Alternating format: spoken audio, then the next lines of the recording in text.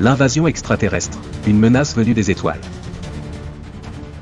En 2029, un signal extraterrestre est détecté par un radiotélescope en Australie.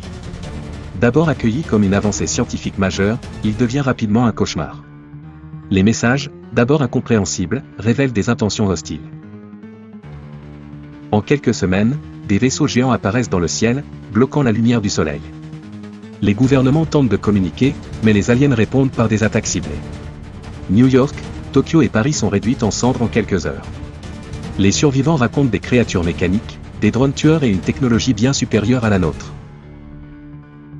Les nations se divisent, certains veulent négocier, d'autres riposter. Mais une question subsiste, pourquoi sont-ils venus? Leur objectif semble clair, exploiter les ressources de la Terre, peu importe le coût humain.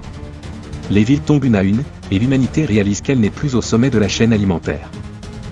Guerre mondiale, ultime conflit.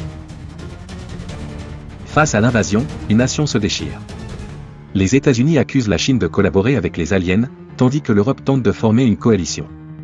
Les tensions montent, et un incident diplomatique déclenche une guerre nucléaire limitée. Moscou, Washington et Pékin sont frappés. Les survivants des villes irradiées errent dans des paysages post-apocalyptiques. Pendant ce temps, les aliens profitent du chaos pour étendre leur contrôle. Les rares forces militaires restantes tentent de résister, mais elles sont rapidement submergées. Les civils, pris entre deux feux, se réfugient dans des bunkers ou fuient vers les campagnes. La guerre n'est plus seulement contre les aliens, mais aussi entre humains. Des factions armées se forment, chacune avec son propre agenda. Les ressources deviennent rares, et la violence est omniprésente. L'humanité, autrefois unie, est maintenant son pire ennemi. Apophis 2029, la Terre sous le feu des étoiles. Alors que la guerre fait rage, un astéroïde de 340 mètres de diamètre est détecté. Les scientifiques tentent de le détruire avec des missiles nucléaires, mais il est trop tard. L'astéroïde frappe l'océan Pacifique, provoquant des tsunamis qui engloutissent les côtes. Les cendres bloquent le soleil, plongeant la Terre dans un hiver nucléaire. Les récoltes sont détruites, et la famine s'installe. Les aliens, cependant, semblent indifférents à cette catastrophe. Certains pensent qu'ils l'ont provoquée, d'autres qu'ils en profitent simplement. Les survivants doivent maintenant affronter un monde encore plus hostile. Les températures chutent, et les rares ressources restantes deviennent un enjeu de survie.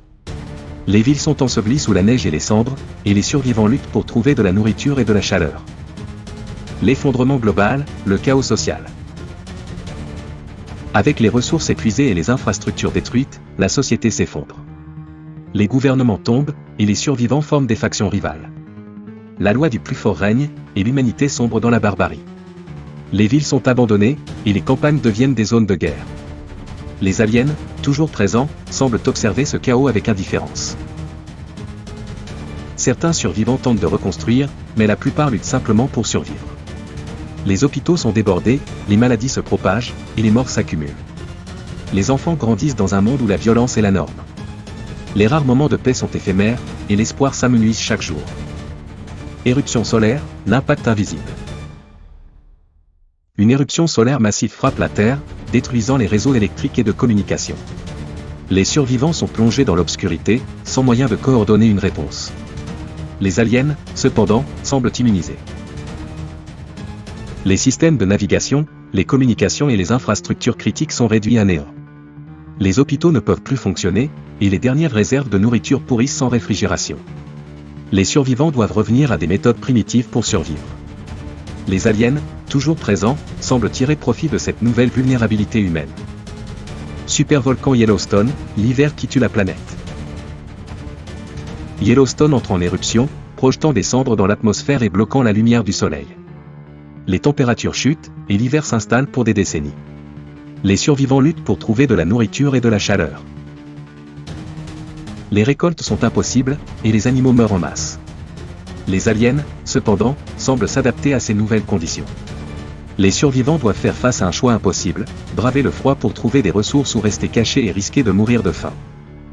Survie ou extinction, le dernier chapitre de l'humanité. Dans ce monde dévasté, quelques groupes de survivants tentent de reconstruire.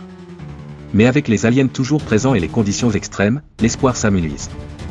L'humanité est-elle condamnée, ou peut-elle trouver un moyen de survivre? Les rares scientifiques encore en vie cherchent des solutions, mais le temps manque. Les enfants nés après l'apocalypse ne connaissent rien d'autre que ce monde hostile. Et pourtant, dans les ruines, des signes de résilience apparaissent. Des communautés se forment, des cultures renaissent, et l'espoir persiste. Mais la question reste, l'humanité peut-elle survivre à une telle série de catastrophes? L'humanité a toujours su se relever face à l'adversité. Mais cette fois, le défi est sans précédent. La question n'est pas de savoir si nous pouvons survivre, mais si nous sommes prêts à tout faire pour y parvenir. Et vous, que feriez-vous face à ces catastrophes? Likez cette vidéo si vous pensez que l'humanité peut encore triompher. Partagez-la pour sensibiliser le monde à ces menaces. Commentez en nous disant quelle catastrophe vous effraie le plus. Abonnez-vous pour ne rien manquer de nos scénarios chocs et de nos analyses percutantes. Le futur est entre nos mains. Agissons avant qu'il ne soit trop tard.